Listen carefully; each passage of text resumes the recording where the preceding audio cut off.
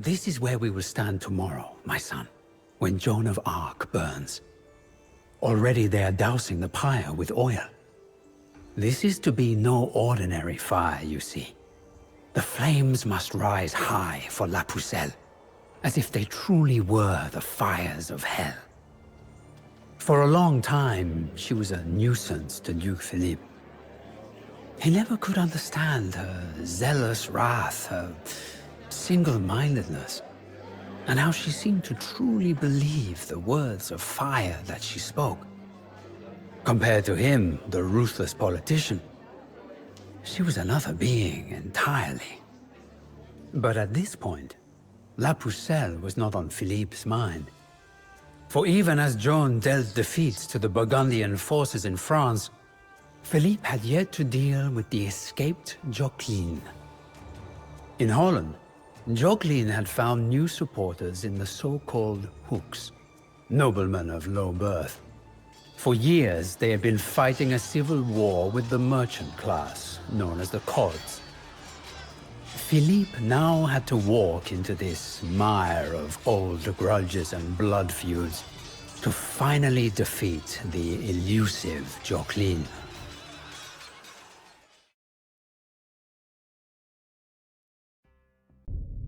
In the end, it was the Pope that dealt the final blow to Jacqueline's dreams of power. As he dissolved her marriage to the Lord Protector of England, she was left without allies, and soon she was once again captured by Philippe's forces. Philippe gave her a peace treaty more amicable than she could have hoped for. She was allowed to keep her titles, but Philippe assumed regency over all of her lands. Once the wife of the Dauphin of France, Jacqueline was reduced to a position of hollow prestige. For the first time, the Low Countries were unified under Burgundian rule. A strange situation for a land so long defined by quarreling cities, but in the end, a change for the better.